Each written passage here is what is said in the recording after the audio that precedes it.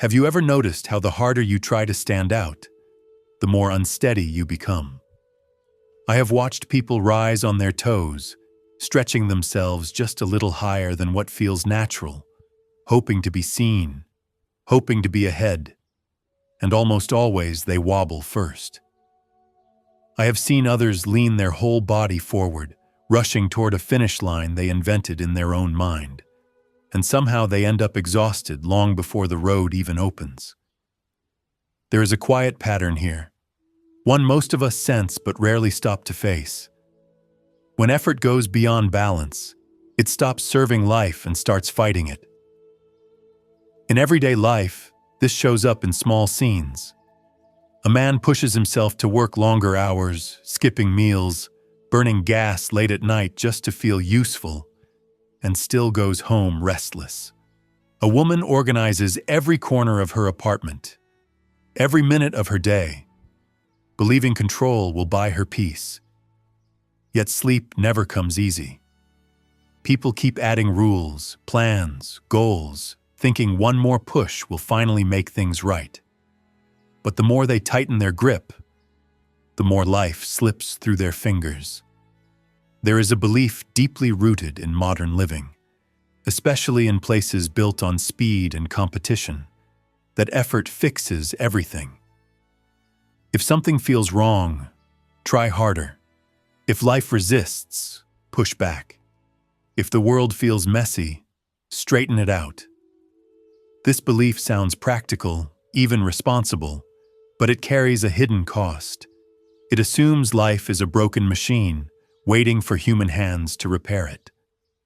What it forgets is that life moves more like a river than a truck on a highway.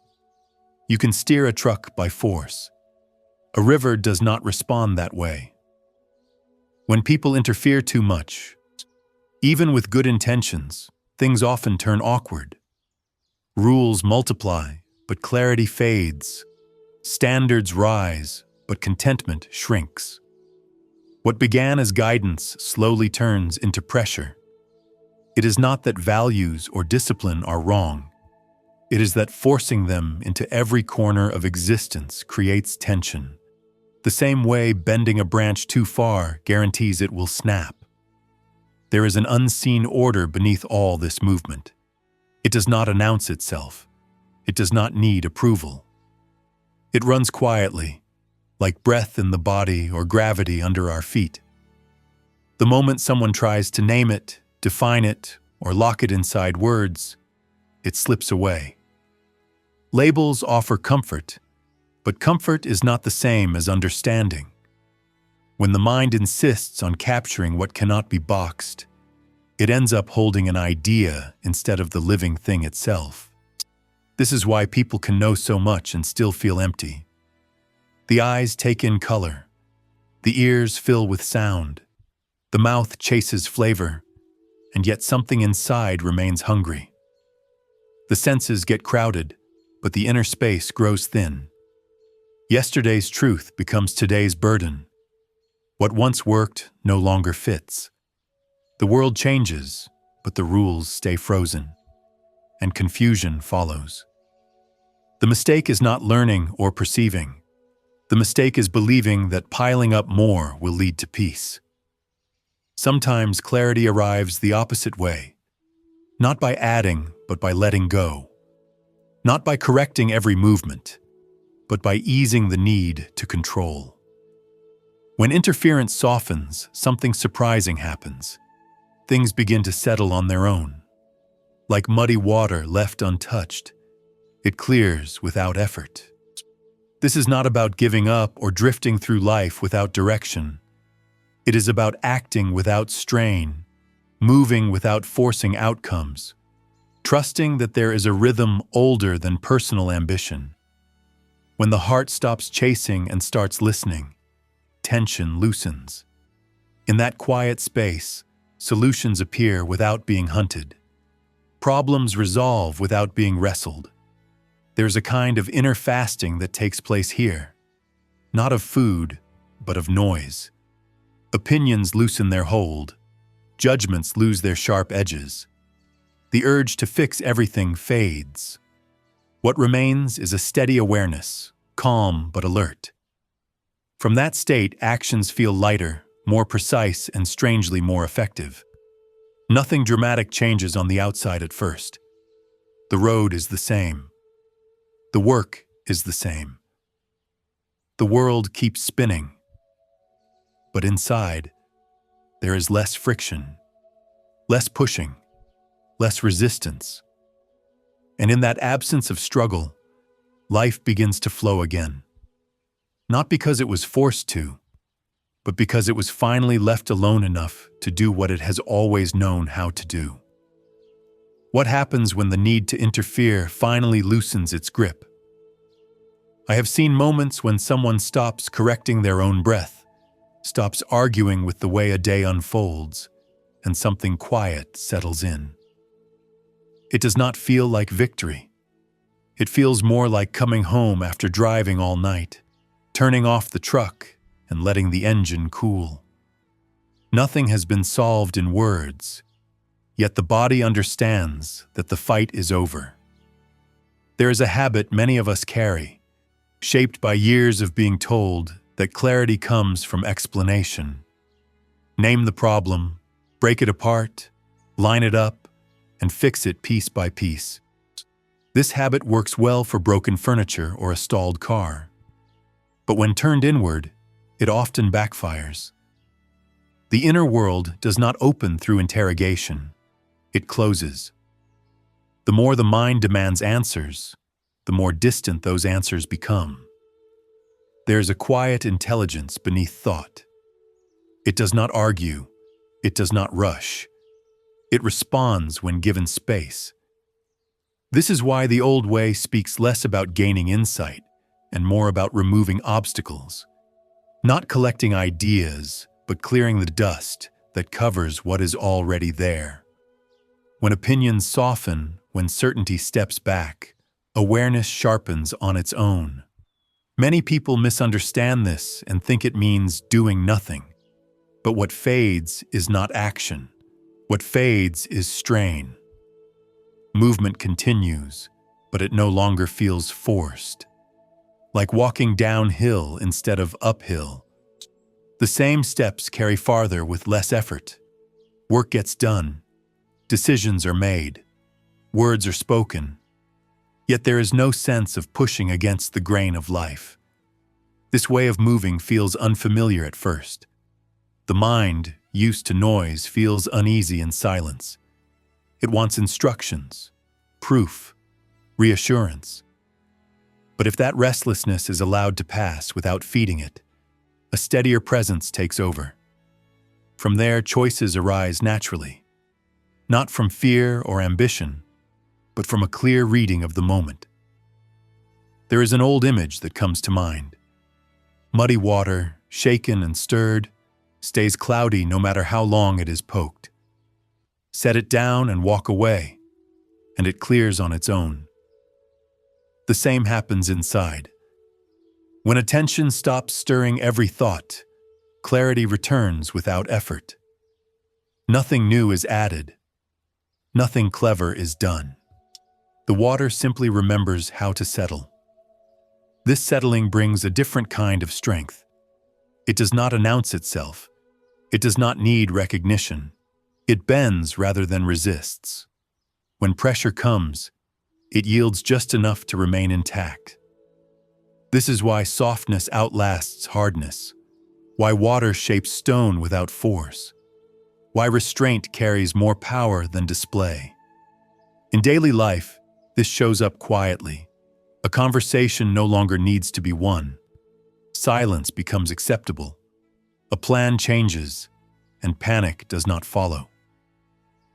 There is room for life to adjust itself. What once felt like a problem reveals itself as a passing condition. What once demanded control no longer feels threatening. The heart, no longer crowded with judgments, regains its appetite for simple things. A morning light through the window. The sound of traffic at a distance. The feeling of breath moving without supervision. These moments do not promise happiness. They offer something steadier, a sense of being aligned rather than driven. From this place, action becomes precise, not rushed, not delayed, just appropriate.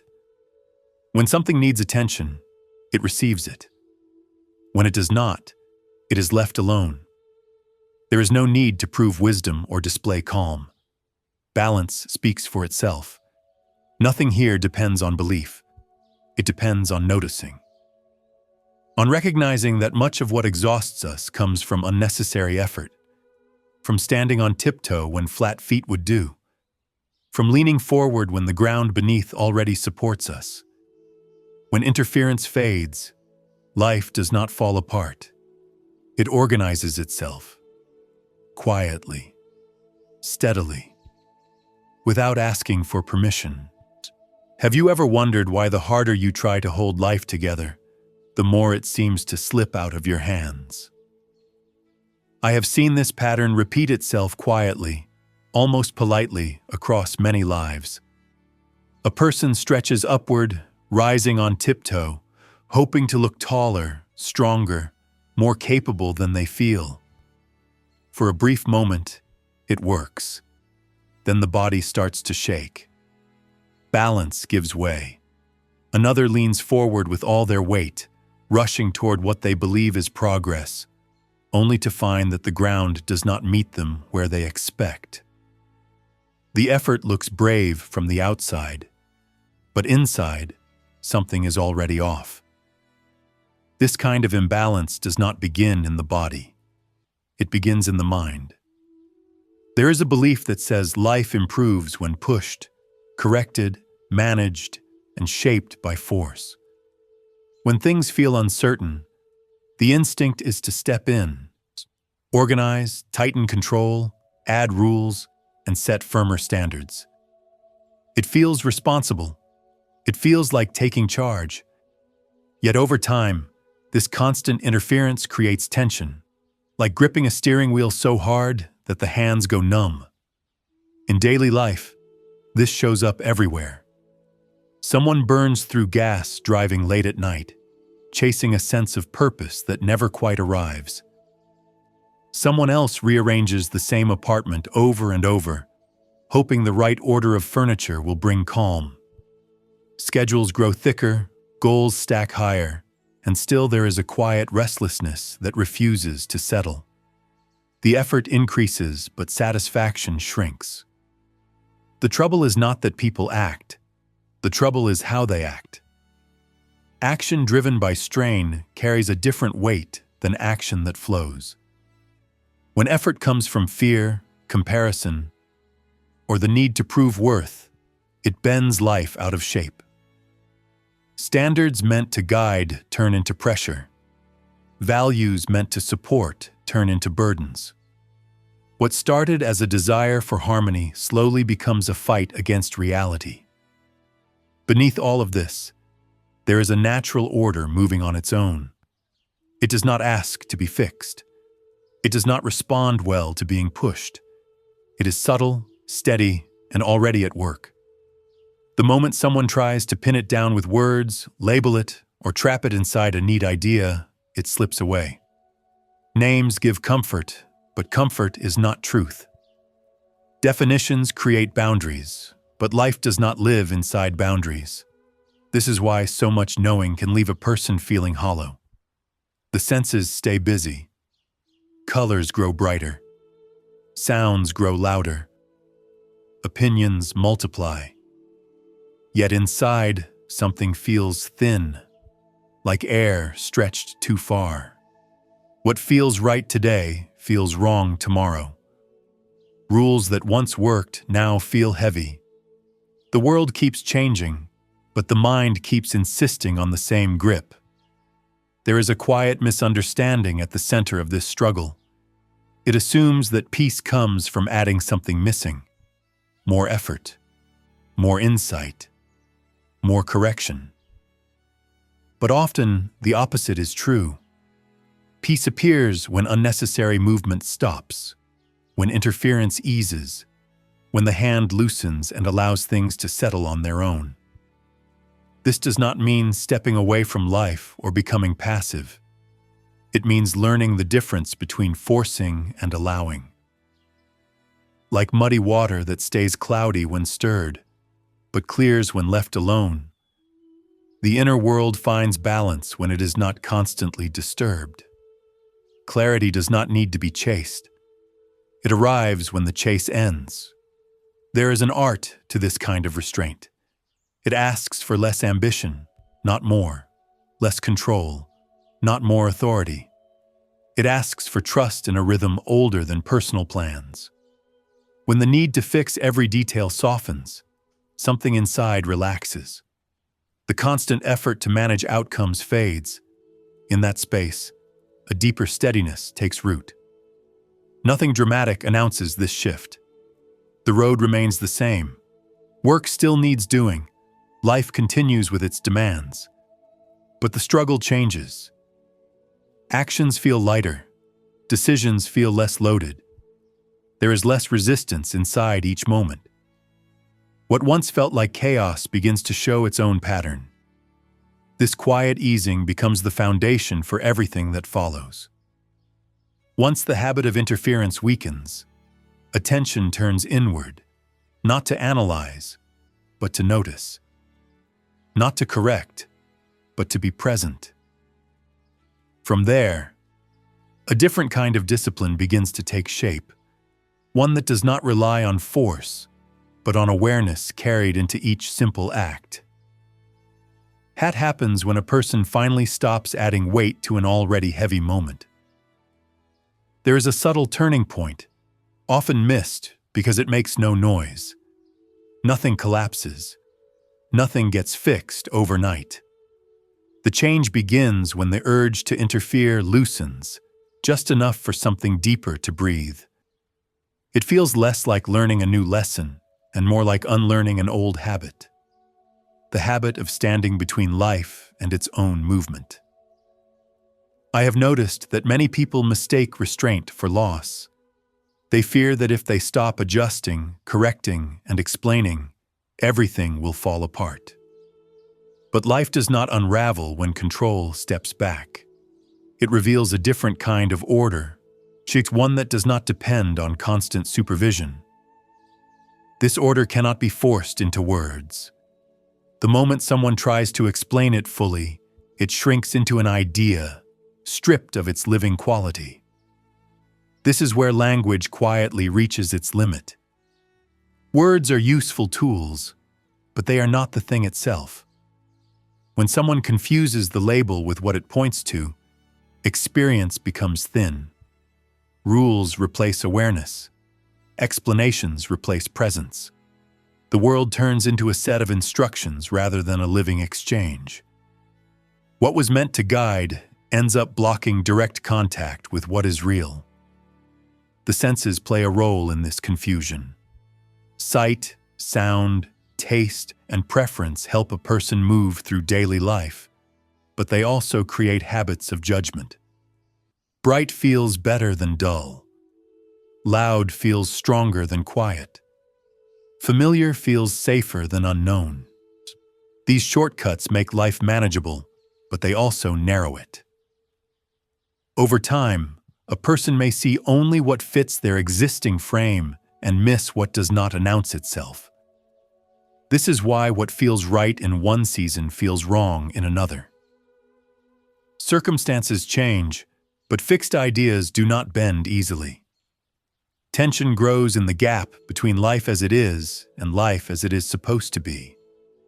Many try to resolve this tension by reinforcing their position, tightening their standards, or doubling down on effort.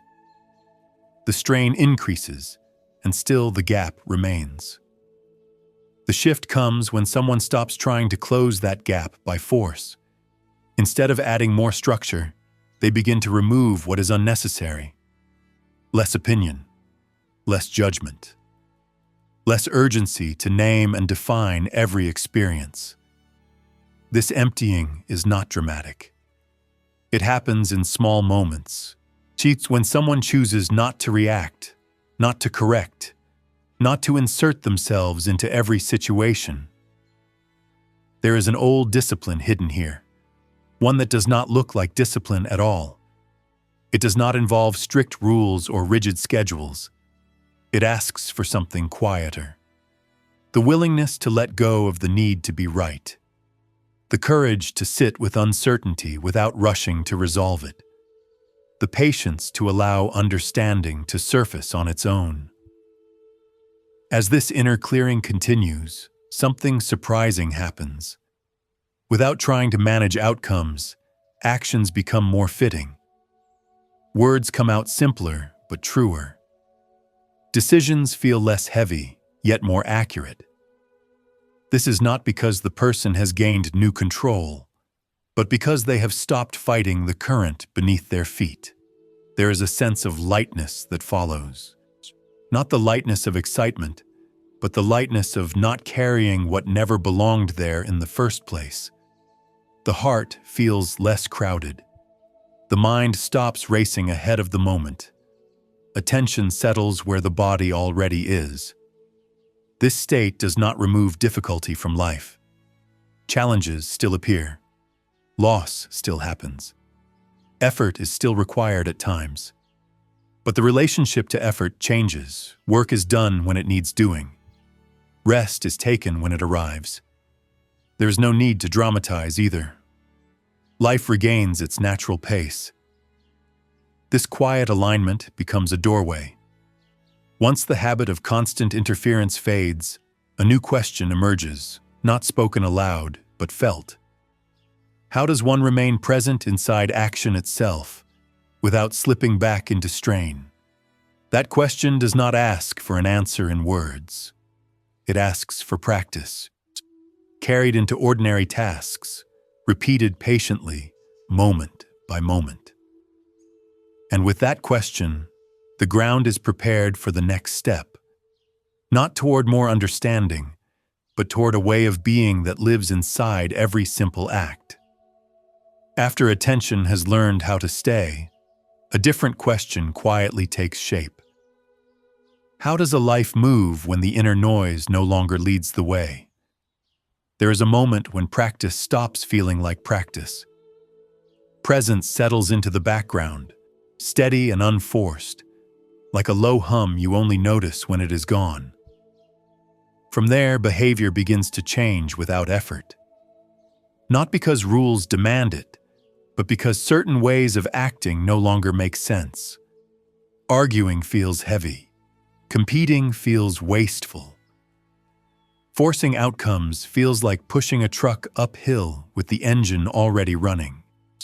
I have watched people who no longer rush to prove themselves. They speak less, but their words land. They do not chase recognition, yet respect seems to find them anyway. When conflict appears, they do not meet it head-on.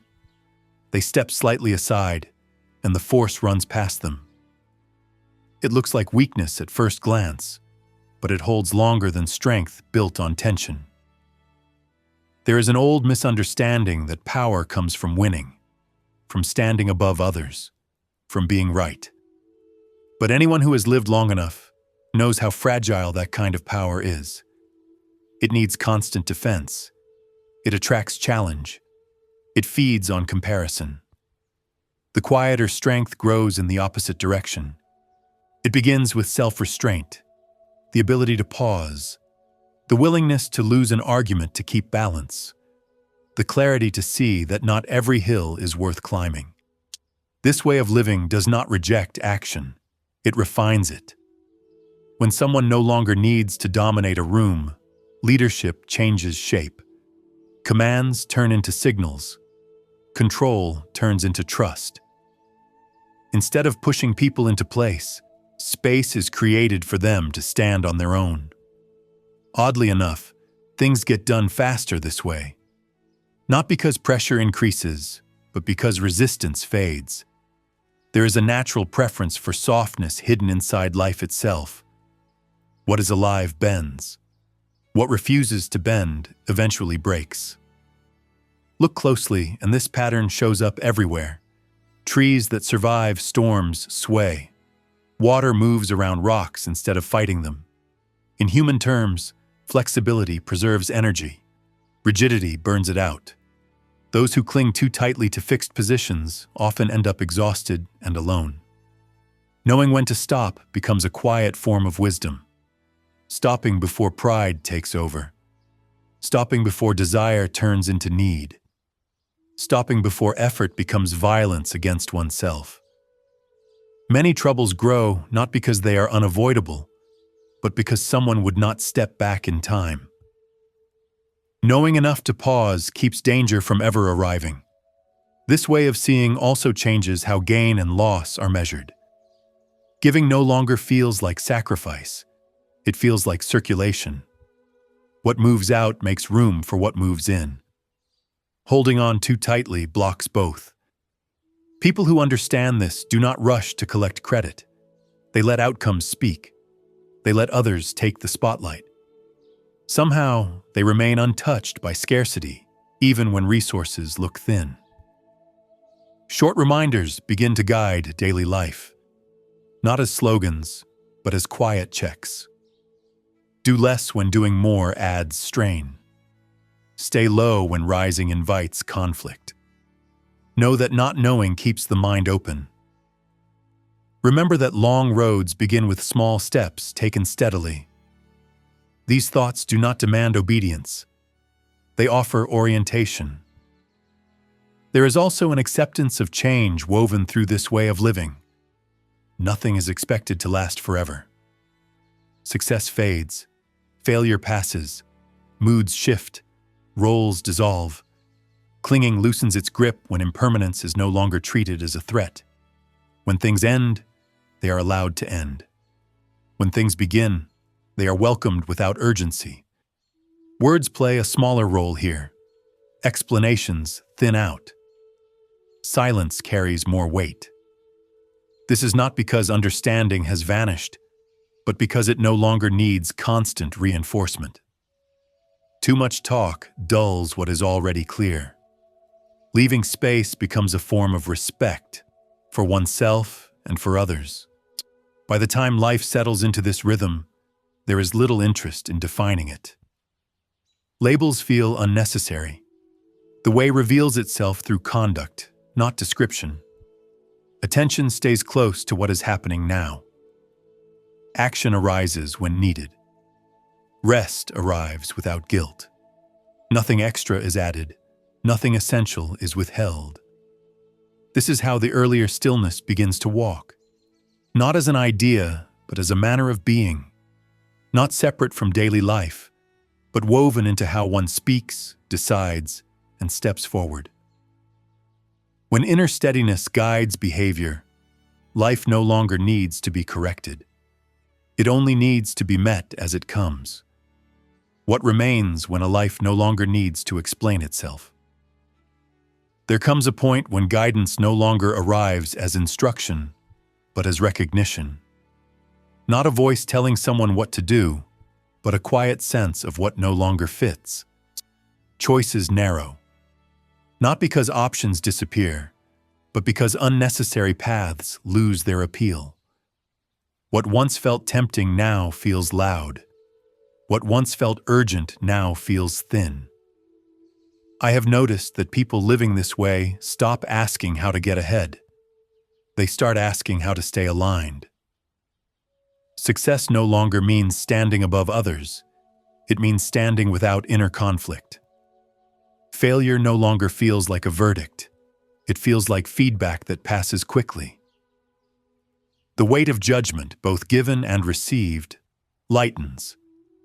There are brief phrases that surface in moments of doubt. Not memorized lines, but simple truths shaped by experience. Knowing when enough is enough. Remembering that forcing brings loss faster than patience ever does. Understanding that strength does not shout. It holds. These reminders do not argue. They steady. Life begins to feel less like a contest and more like a long walk. Some stretches are uphill. Some open into wide views. No single step defines the journey. What matters is the pace.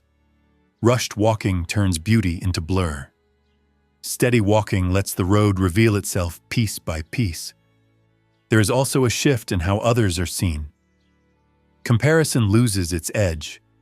Envy fades without effort. When someone succeeds, it does not feel like a threat. When someone stumbles, it does not invite judgment. Each person appears to be moving under different conditions, at different speeds. Forcing sameness makes less and less sense. Giving becomes simpler. Not dramatic, not selfless in a heroic way. Just natural. Time offered when it is available. Words offered when they help. Silence offered when it serves better. There is no calculation behind it. No ledger being kept. What flows out does not feel lost. Even ambition changes its tone. It no longer rushes ahead of life. It listens first. Plans remain flexible. If the ground shifts, direction adjusts. Nothing is treated as permanent. Nothing is treated as disposable. This balance keeps effort clean and prevents exhaustion before it arrives. Short reflections surface like mile markers. A long road begins under the feet. Knowing less can open more doors than knowing too much. Staying low avoids unnecessary collisions. These thoughts do not demand belief. They invite testing through living. Each day confirms or corrects them quietly. Impermanence is no longer a concept to wrestle with. It becomes an ally. When something ends, grief is allowed without drama. When something begins, excitement stays grounded. Nothing is clutched too tightly. Nothing is pushed away too fast. This ease does not come from detachment, but from trust in movement itself. By now, explanations feel optional. There is little interest in proving understanding. The way shows itself through timing, tone, and restraint. Words shrink. Presence expands. Silence fills the spaces that once held argument. This is not an ending. It is a settling. Life does not stop asking questions. It simply stops demanding immediate answers. Attention stays close. Action remains responsive. Rest arrives when it should. The rhythm holds. When a person lives this way, nothing about it needs to be named. It does not belong to theory or belief. It belongs to how doors are opened, how disagreements soften, how footsteps land. The earlier stillness, once practiced in quiet moments, now moves through every ordinary day, steady and unseen. After walking this long stretch together, one thing stands out with quiet clarity. Most of our trouble does not come from life being too hard, but from us making it heavier than it needs to be. I have spent years watching people fight currents they never needed to fight. They burn gas chasing goals that keep moving. They organize their days down to the minute, yet feel lost when night comes. They fill their apartments with noise, screens, opinions, and plans, then wonder why rest feels so far away. What wears them down is not effort itself, but effort aimed in the wrong direction. The deeper lesson running through everything shared here is simple but not easy. Life does not ask to be conquered. It asks to be met. When we stop trying to stand taller than our own balance allows, when we stop leaning so far forward that we lose our footing, something steadies inside. That steadiness is not passive. It is alert. It sees clearly without rushing. It acts without strain. Attention, once trained to stay, changes the tone of everything. Work no longer feels like a battlefield. Relationships stop feeling like negotiations. Even silence becomes comfortable. From that place, behavior shifts on its own. There is less need to prove, less need to win, less need to be right. Not because those things are wrong, but because they are no longer necessary. This way of living does not promise comfort. It offers alignment. Some days still feel heavy, Some roads remain long, but the inner friction eases. Effort becomes cleaner. Rest becomes honest. Choices grow simpler, not because life shrinks, but because clarity sharpens. So here is a question worth sitting with for a moment. How much of your daily effort actually helps? And how much comes from habit, fear, or the need to control what cannot be controlled? Where do you keep pushing when easing would carry you farther? What would happen if, just once today, you chose not to interfere? Another question lingers behind that one. When you act, does the action come from presence or pressure? From attention or anxiety? From seeing clearly or from needing an outcome? The answer does not require judgment. It only requires honesty. There is a strange strength in choosing less noise, less force, less performance. That strength does not look impressive at first glance. It does not show off. It does not rush. But it lasts. It bends when needed and holds when it must.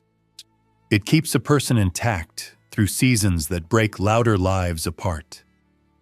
If any part of this journey resonated, if something here brushed against your own experience, let it linger. Do not rush to turn it into advice or belief. Test it quietly in your own days. Notice what happens when you pull back instead of pushing forward. Notice how much energy returns when you stop spending it on unnecessary struggle. This space exists for that kind of reflection. If you want to keep exploring these ideas, not as theory but as lived experience, stay connected. Follow the channel. Come back when the noise of the day settles and you feel ready to listen again. And if something here stirred a thought, a doubt, or even a disagreement, leave a comment. Real understanding grows through exchange, not agreement. Life keeps moving, whether we fight it or walk with it. The choice is made every day, often without noticing. Slow down enough to see it. And when you do, step lightly. That is usually enough.